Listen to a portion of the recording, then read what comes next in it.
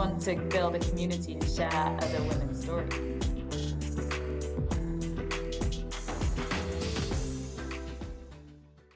Hi, everyone, and welcome to Tea with TE, the She Who Leads podcast. It's 2024. We are kicking off with a brand new episode talking about how to step outside of your comfort zone, and with no better than Crina Pupaza, who is the Chief People Officer at Nymbus.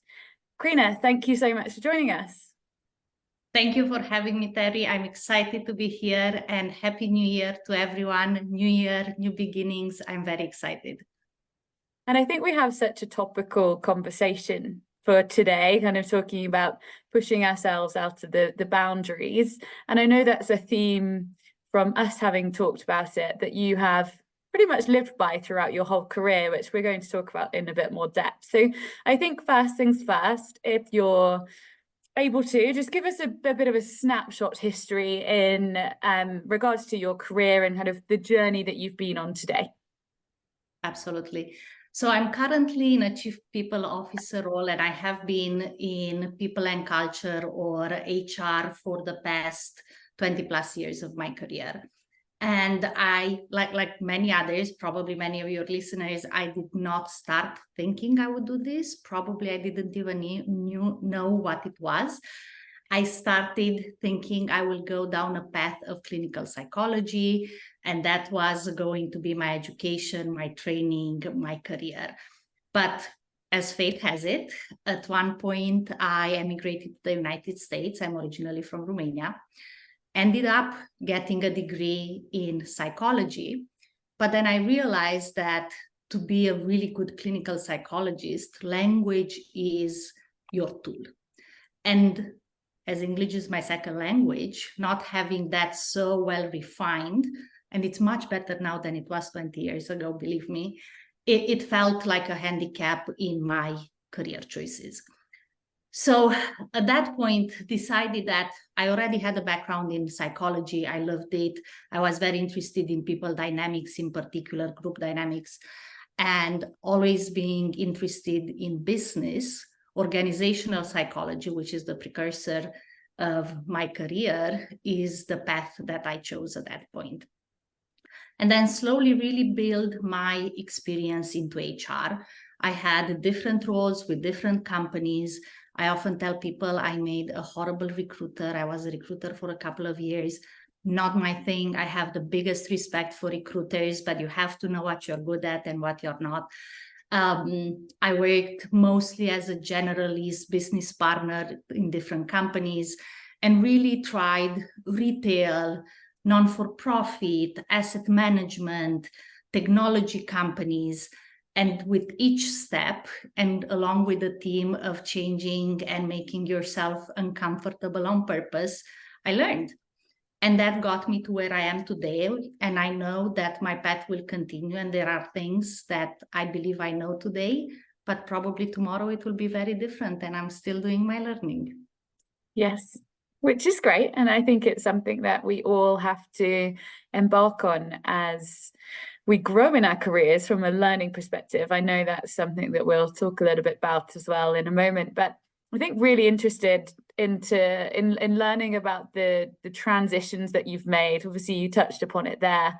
You did go from clinical psychology to organizational psychology, and then into financial services. And so it's been this kind of whirlwind, I guess, of what's created your career. So how did those transitions challenge you? And I think even just the relocation piece was probably something huge for you at the time, but how did they challenge you? And then what risks did you take along the way? Yeah, every change has been challenging in its own way. And honestly, as I reflect back, Terri, probably the most learning has come out of those changes. And I value it today, and I try to infuse it and to guide my children towards making changes, because as much as they are not comfortable, they don't feel natural, you do not feel like the smartest person in the room. At the end of the day, you're a better self than you were yesterday. And one of the things that I've learned in my career, the one worst thing that you can do for your growth is to remain stagnant. Mm-hmm. Unfortunately, I often find myself in the position of letting people go out of companies because their skill set became irrelevant. Mm-hmm. The world around us is changing a lot. The companies, the society, technology, everything, it's an incredible pace. If you do not evolve, soon you are becoming the dinosaur in the room. And that's one of the things that's always top of mind. I'm always seeking that learning. I'm always seeking that exposure to something new, because I am a firm believer that all of these experiences will make me better at my craft. And I am currently in I'm currently in a role where there's no playbook for what I do. Yeah. There's no, you do X, Y will happen. I am hired really for my judgment. And my judgment comes in as I need to predict outcomes of the decisions that the company makes. So the more experience, the more exposure you have, the better you become at taking decisions and being closer with your predictions in those decisions. You asked a little bit about what are some of the learnings, and maybe broader, the learnings that I've gathered along those changes, starting with my experience of how do you adjust to a new culture. I came from Romania, 2002, very different Romania than Romania is even today, right? Like at that point, there were no credit cards. There was no digital experience at this level. I came to the US, completely different world from my perspective. And I really needed to figure out how to find my spot, how to really start over in a way. And that was a very humbling experience, because you go from thinking you know your way around, you know what you're doing, how to be successful, to really trial and error. And very much at that point, relying on the kindness of strangers, to people that would guide you, people that would open doors, people that honestly had nothing to gain out of offering me a chance, but they did, because probably they saw themselves at one point in their lives and careers. So that has been really a theme that I found throughout my changes and experiences, finding those people that are willing to lend you a hand, those people that are willing to give you some advice when maybe you're not approaching things well, and really those perspectives that may be different than yours. So ultimately, I got more knowledge. I learned more about business in general. I got better at how to do my craft. But more than so, it's the strategies of how to be successful and how to find the path that I got out of all of the changes and transitions in my career.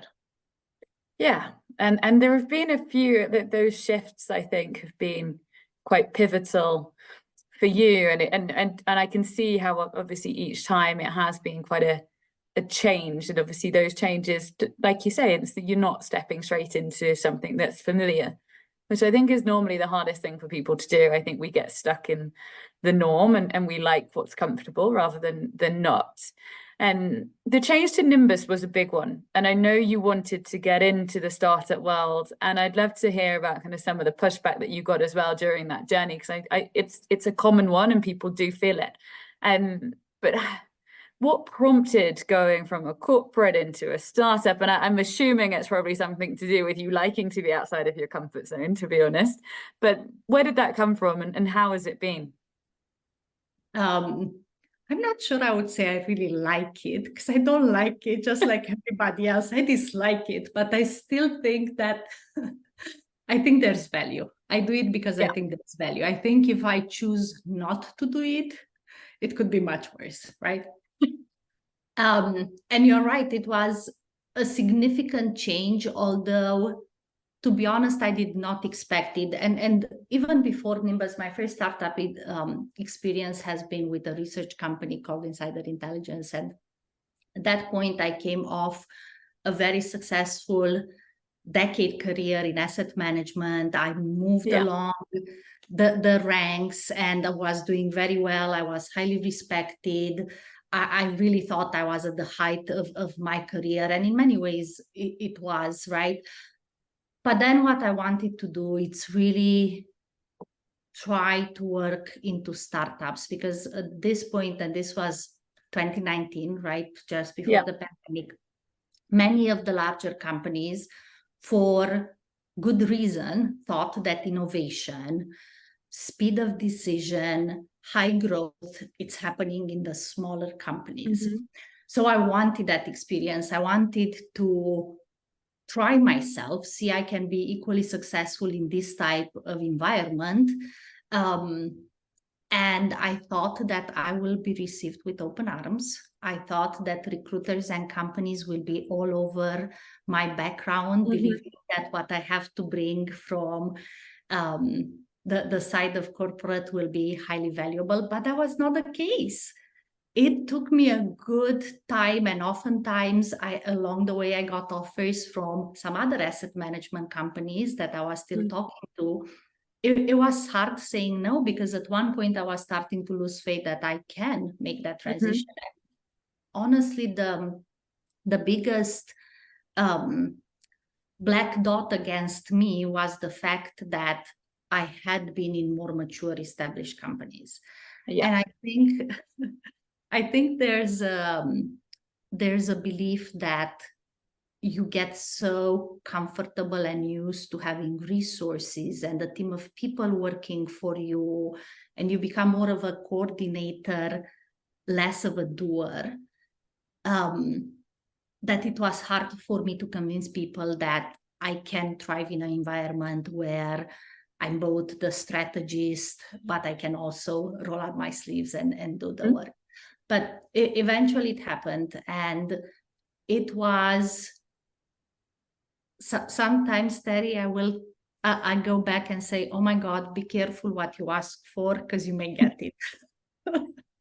So it has been that experience, a lot of learning, very quick, furious, and really the biggest change that I take out of this transition is the fact that I went from really putting a lot of work into the projects, initiatives, anything that I would do. And sometimes it would take me 6, 12 months, even more, to get a project out, where now if I have a week, it's a good day, right? Most often you have to get it out just like that. But the mindset is different, because you're going from nothing to something. Yeah. There's something good to something marginally better. Yeah. Which is a different mindset shift, isn't it?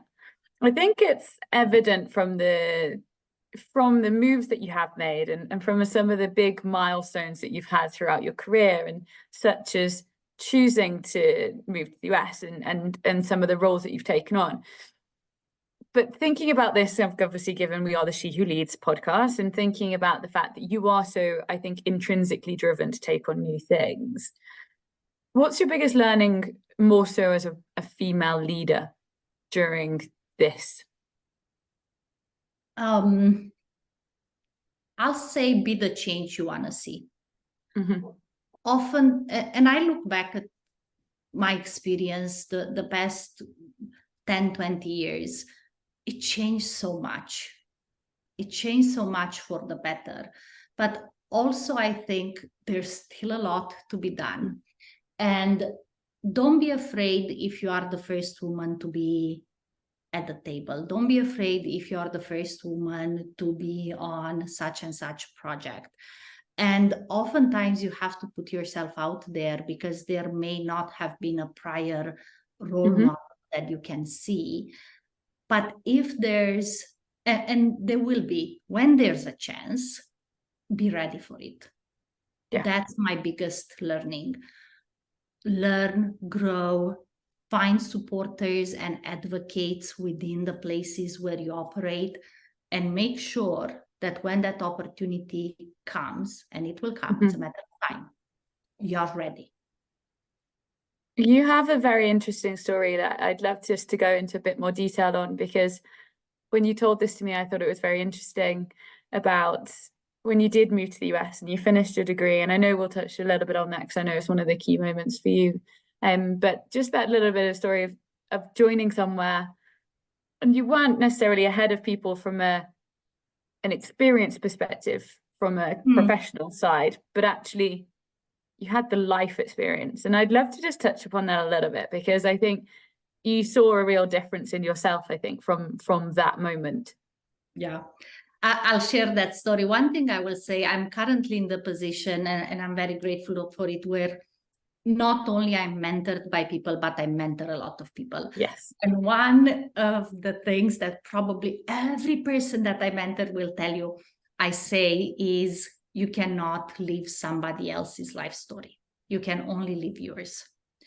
And there's a famous quote, I believe, that says that comparison is the killer of joy or happiness, something like that. I say that to my teams. I'm always like, well, don't think about what other people are doing. This is really how you think about yourself. 100%. And I wasn't always in this more wise mindset, right? But earlier in my career, so I come to the US, last year in undergrad, I come here, I take a break until I find my footing, go back to school, ended up doing 3 more years just to get a degree in the US, take a break in between, go to grad school.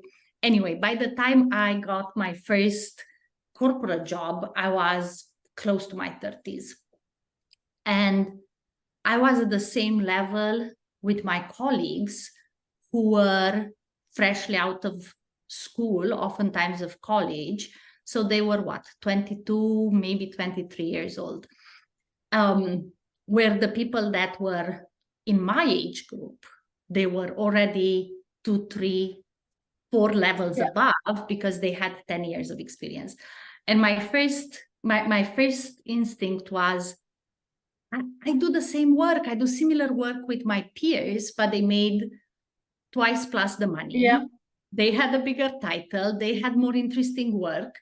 And realized that I was in this situation where I'm neither that entry level, but certainly not that senior. And what I realized that it helped me was the fact that I was older in an entry level position, came with some personal maturity and some judgment. And the things that I prioritized were not the things that my colleagues that were 22 prioritized, right? Yeah. So that ended up being a huge differentiator for me.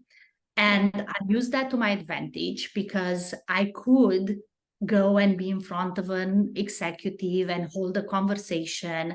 I did have the maturity of how to react, what to say, what not to say, when to say it. And honestly, it helped me a lot, because I even ended up being promoted way earlier than many of my colleagues. But something that was mine, uniquely mine, ended up being an advantage. And I think the only reason that it did is because I changed my perspective, how I thought about it.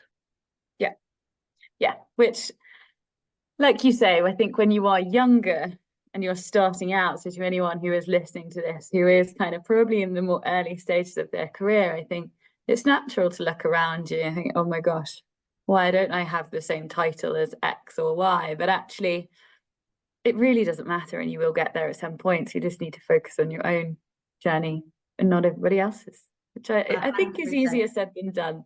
It comes with experience and maturity, I think. It comes with all of those. I will also say there's a freedom when you cannot change things. I could not be my friend Anne. I could not be John. I was Crina. People could not pronounce my name, okay? But they knew who I was, because I would stop and talk to people, and I got to know people along the way. So I could be me. That was the absolutely only choice I had. Yeah. But the thing that changed was, will I use that as a mental mindset shift to help me see it as an advantage?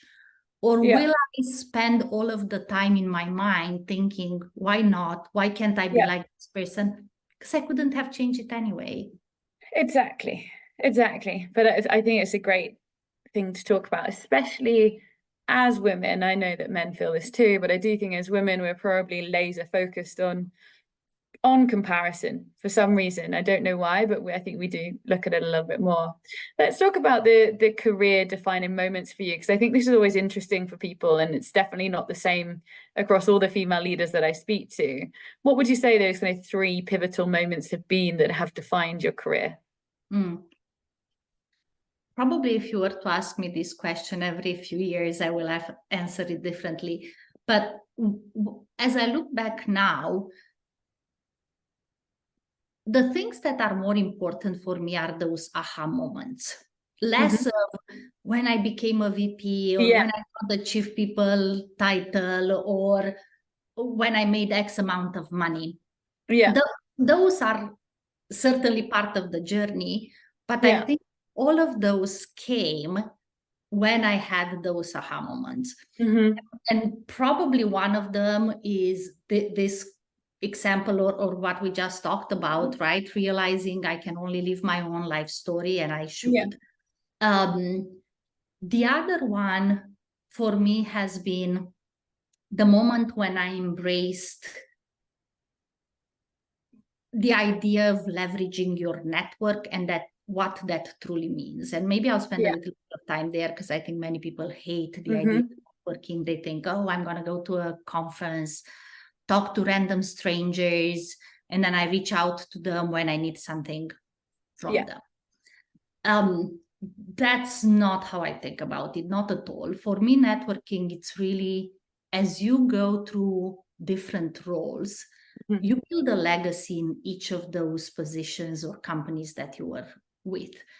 And if you're doing a good job, not only you're good professionally, but you're a good human, you will make friends and people that respect you.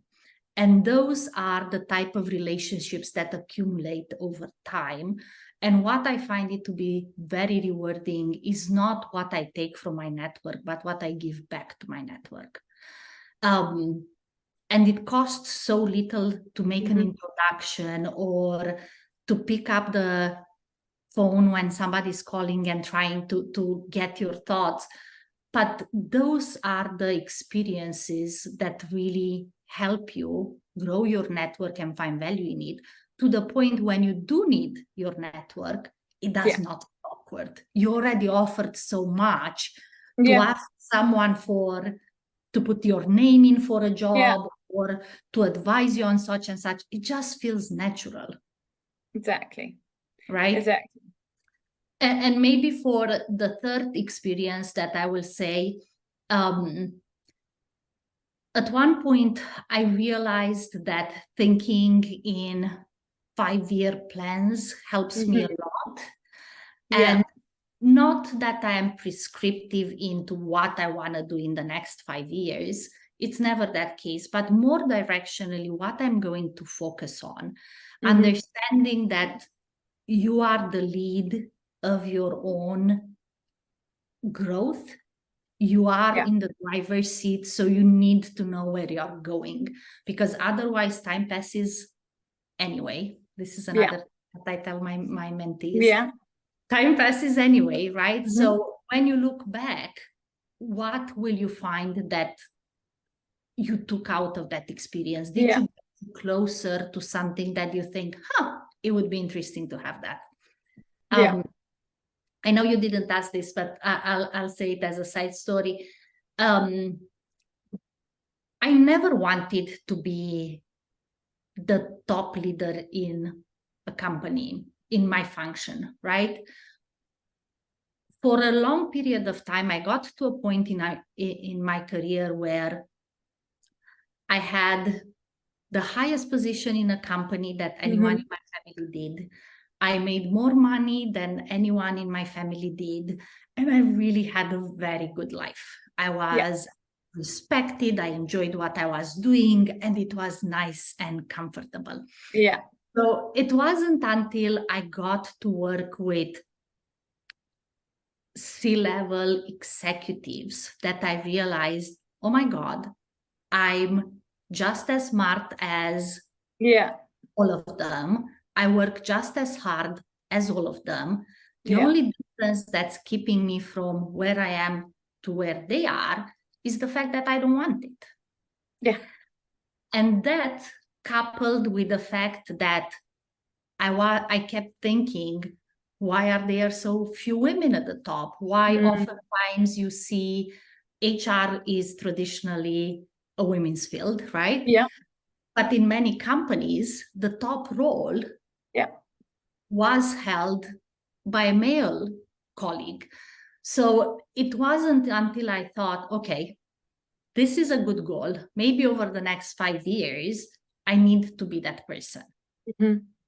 So that combination of being ready and wanting it at the same time, I think it's oftentimes the key to how you move forward. Yes, exactly. And thank you for being one of those people that is advocating for a bit of change at the top. And like you say, I think sometimes naturally, and I think we'll probably talk about this a little bit. I mean, we can definitely talk about it now. I think balancing career and home life and being a mother is difficult. And so a lot of times we probably choose one over the other and not both. And I think that's probably where some people get to. I think sometimes they think, do I want to go through that? But as you say, it's probably, you probably were doing all of these things anyway. And actually the slight difference is the seat at the table and the title more than anything else, really. So what would you, are there any, and was that a moment for you? I know that we've talked about it a little bit and you kind of said, look, when my children were young, I realized it wasn't my time to step up. But how do people navigate that, I think, as female leaders? How do we navigate that? So one thing I will say, I believe everybody's story is a little bit different, right? And everyone's energy level is different. I can tell you that mine is finite. So what I put energy into, it's very thoughtful and intentional. And throughout my life and my husband's and my career, we always thought about who can we put in the position of taking more risk, accelerating, versus who needs to be more and we do have that dynamic where we are making those choices based on a variety of things that are happening in our lives. But I have 2 children. I have a son and a daughter, and when they were little, I realized that, and there were opportunities, right? I realized that taking a huge, big opportunity at that point was not going to work. Probably if I tried to do it all at the same time, it would have been exhausting, or I would have to sacrifice one of the other and then feel guilty about it. For me, it was just saying, I'm going to pass this one and believe there will be another train to take you there, because I did not have the energy to do everything. But what I did was stay relevant for those couple of years when I needed to get my energy back and to feel that I could take more. And the other thing that we did was very splitting responsibilities, finding what we can realistically do versus not, taking all of the help that we could get, because you're right, having a full-time job, being a full-time, and you want to be a good parent, right? It's not that you're a parent, you want to be a good parent. Plus, I always believe as a woman or as a person, you really need to take care of yourself. I'm Crina outside of being a mother, a wife, a chief people officer. I need to nurture Crina, because if she's not happy, then she cannot make anybody else happy, right? So I think it's a little bit about how do we balance, but also be mindful that as so many women work full time, we cannot do it all. We cannot iron and cook and clean the entire house and care for the kids and go to all of the events and bake and do that. Like, you cannot.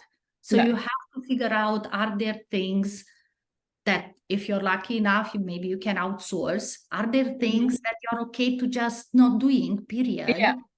And then make sure that those things that really, really matter to you are the things that you put your finite level of energy. Yeah, which I really like. And I think it kind of goes back to your previous point of actually trying to think in those 5-year moments, the moments that you would like to think about within the 5-year journey, and how you work back from those. Because I think that's definitely quite helpful. I know that we talked about balancing, but also how, from your side, what have you found from a female perspective? And I think this kind of leaning more on your chief people officer skill set, and I think it's something that came through as a bit of a passion of yours, but how can we create cultures to help with fostering an environment that, not just for the female generation, it just helps with empowerment generally across the team? What's your beliefs on that? Yeah. I'm very passionate about this topic, and honestly, I think we could do a whole session on it. But some of the things that I believe are, culture is more important than we even talk about. And I know we talk about it a lot, and some people roll their eyes, and some people are firm believers.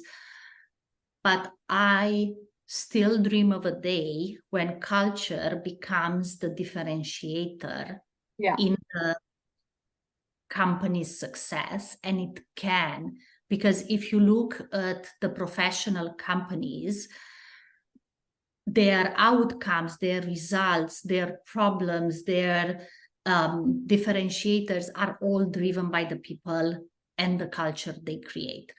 And I think there's a ton of room to improve. And there's also a lot of things that have already improved or gotten worse. So the one thing I will say as being key is really being intentional. Culture happens regardless. There's no place that does not have a culture. You have a culture. You may not know what your culture is, or you have not created it, but be intentional about what you want to create.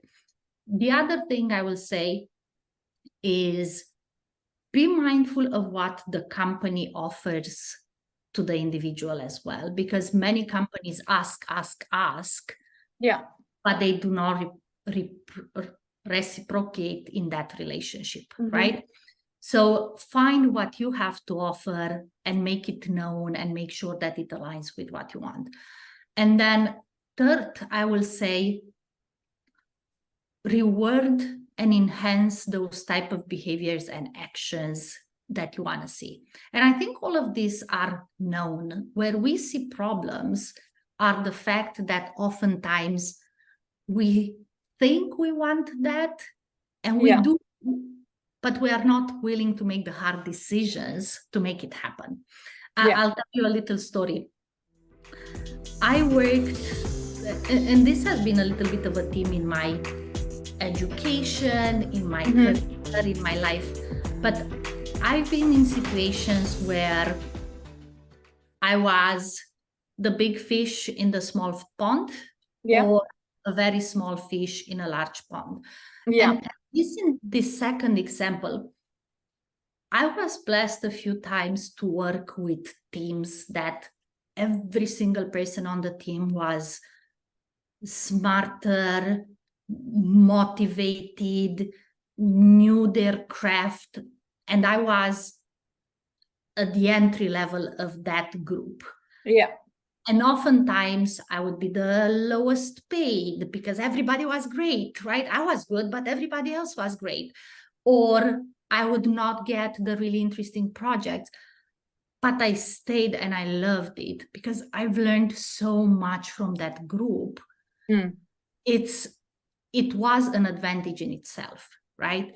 So I believe there's room to improve how we think about cultures. And I think that the managers in companies are the key to how we do that. Yeah.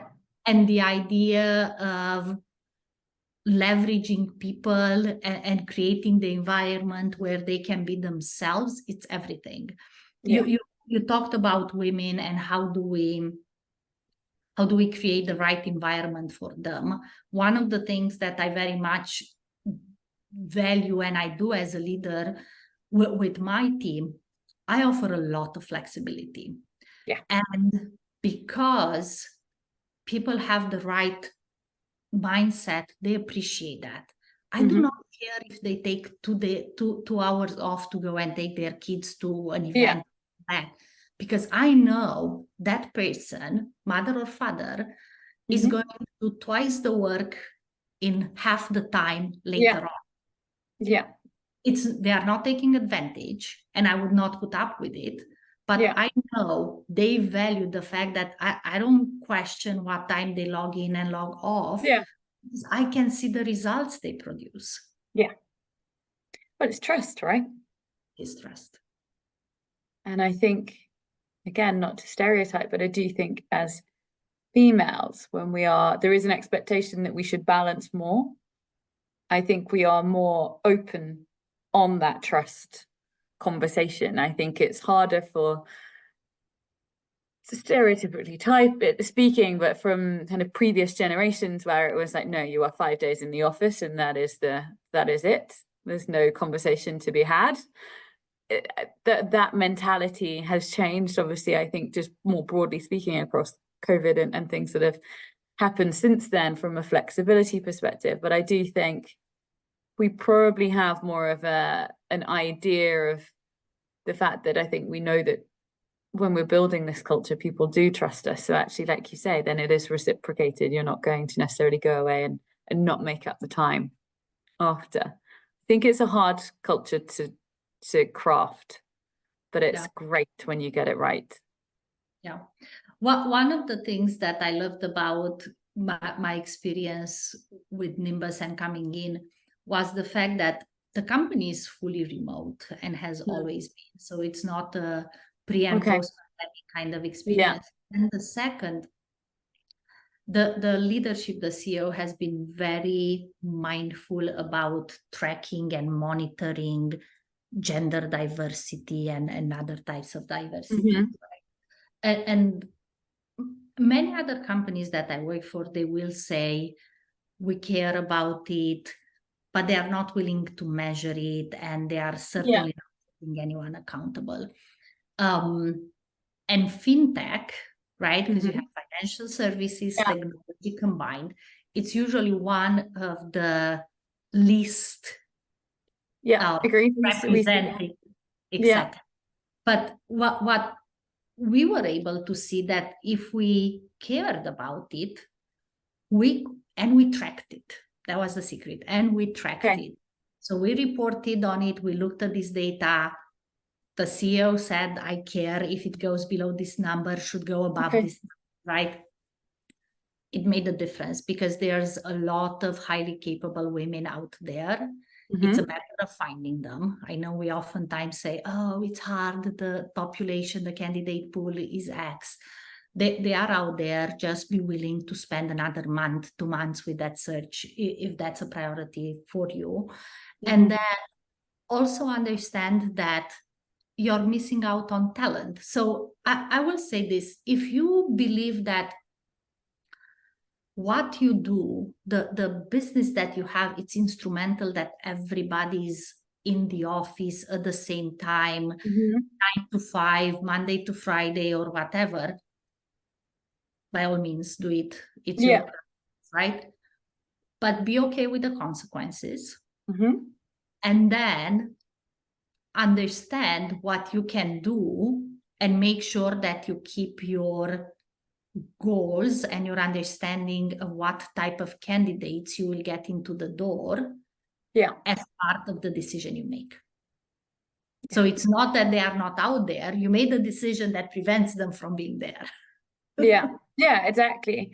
We obviously it's quite key in what we do. And as you know, Crina, I've been in in the HR space, particularly for a long time. But for us, for Triton Exec, we try and teach on the philosophy of diversity of thought when hiring, because you might have the perfect person. They might not necessarily be in the identical role right now, but they've probably got the skill set. And I think one thing that we have really seen as a shift for people that are genuinely serious about diversity hiring is just being a little bit more creative on, okay, how this person might not tick all of the boxes, but they kind of do in everything else. We actually, for one of our biggest clients, moved an HR leader into sales. And they never would have thought of this person going into sales. And we just said, she's really interested in doing it. Why don't you try it? And she was already in the business, but it was an internal move, and we kind of just had to shift their mindset.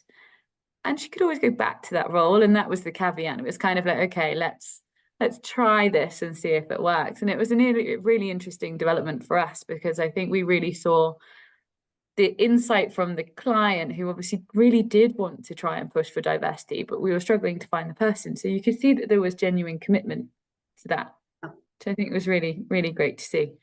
I love that story, Terri. And I think one of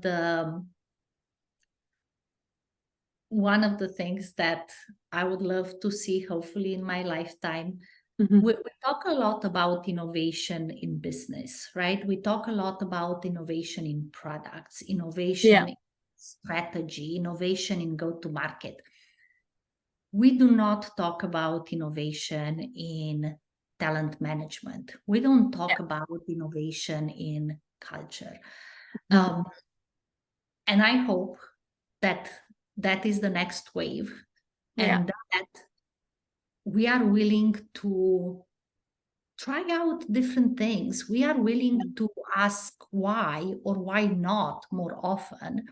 And one of the things that, maybe to date myself, when I started in this business or in HR was still very much, it's our policy. It's not in the handbook. You can't do that. Can't do that, right? So probably I spent a good time of my career trying to understand, is it in the policy because it has to be in the policy, or because someone moons back made a decision it should be there and nobody really knows any different? And that's one of my favorite things to challenge. Is it in the policy because it's a law? Is it because it's a best practice? Or is it because we just decided it should be there and then we should question it and maybe change it if it no longer works for us? Exactly. And like you say, a bit of innovation in our own policies is not set in stone. I think we're getting there from what I can see across the board. I know there has been a shift, and I'm sure you've seen it during your career, but I certainly don't think we're there for every business right now. Crina, I think there's so many things that we've talked about that are going to be very helpful for anyone that is listening to this. But in terms of advice and thinking about future leaders, particularly thinking about female leaders, is there any advice that you would give to people pushing themselves outside of their comfort zone, and how do they develop the courage? Because I think there's all well and good wanting to do something, but I think sometimes we're not courageous enough to do it. What are your thoughts on that? One of the things that has always worked for me is realizing that I know how it feels being me now, or where I am in this position, and I can always go back, right? And if I try to do something else, I'll try it for fit. And if I don't like it, I can always come back here. If I like it, then it's my choice to stay, right? And I've used this mindset even when I moved to the US. I already knew what my life in Romania was, and it was a good life. I could always go back to that, right? I chose to put myself in the situation of being uncomfortable, of rebuilding a life. And if I liked it, I stayed, but I can always go back, right? So I think realize that what you think you have to lose, it's only that comfort. And with things that are way harder than trying something new in our lives. We Yeah. talked about balancing, and one of my good friends says you can't have it all, but you can have a lot, right? So we already have a lot and we balance a lot. Go and try it. If it doesn't feel right, just come back. You had an experience. Yeah. And then the other thing that I will say to your female listeners and women leaders, find a network. Find a network of mentors, of experts, of people within the company that are willing to support you. Sometimes are willing to call you out. You need to hear when things are not as you think they are. You need that group around you. And this is valid for women, men, everyone. But particularly as you are trying to move from one level to the other, you need supporters, you need sponsors, you need people who will believe in you when you don't. Yeah. Right?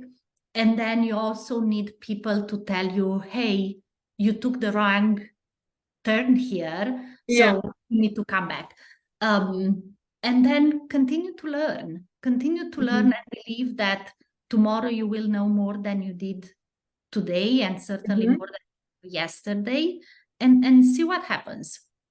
Whether or not you get to be the leader you envision becomes irrelevant. It's more about the experience, the people, what happens along the way.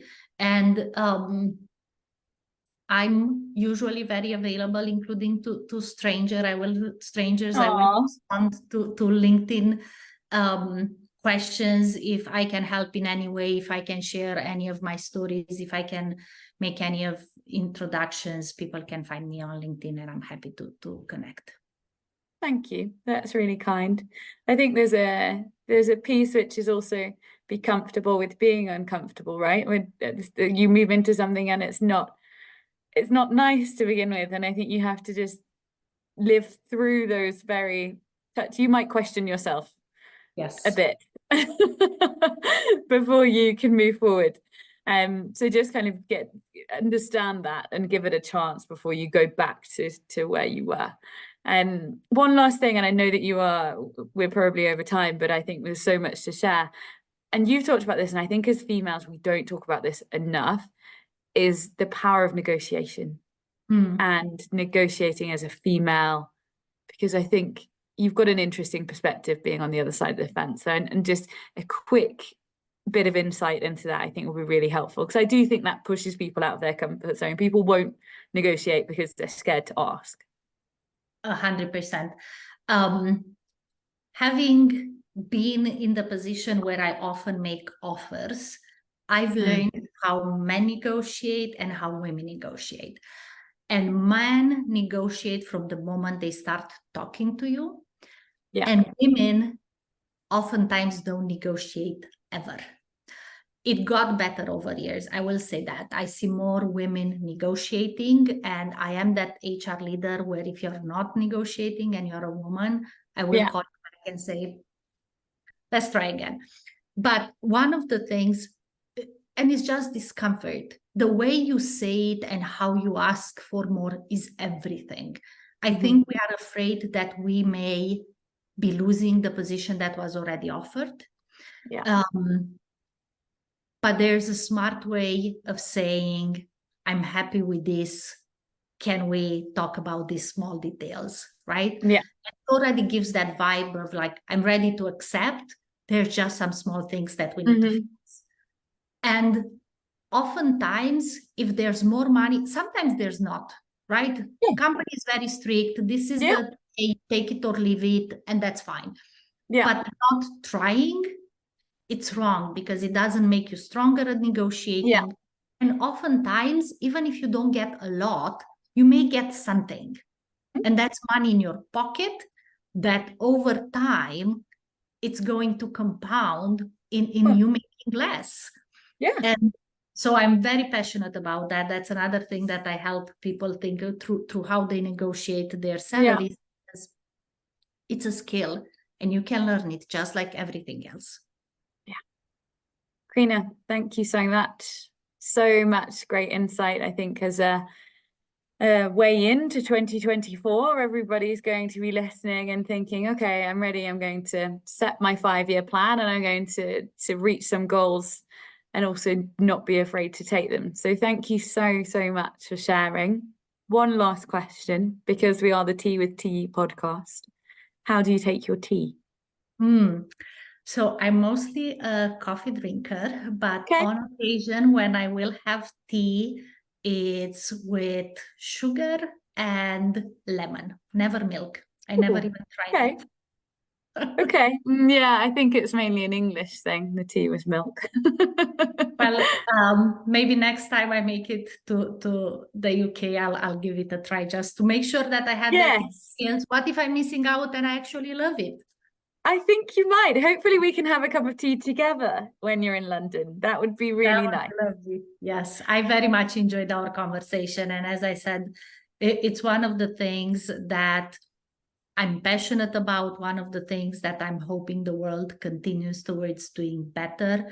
And the main difference that I see from my vantage point between doing it, between getting or not getting to whatever there is wanting it and taking one step in front of the other and hope it works, because there's always that chance, the luck, the circumstances, all of the things that we don't control. But if we focus on the things that we can, maybe it works out. Thank you so much. I think really helpful. Have a great start to your year, and I'm sure we'll speak soon. Excellent. Thank you so much.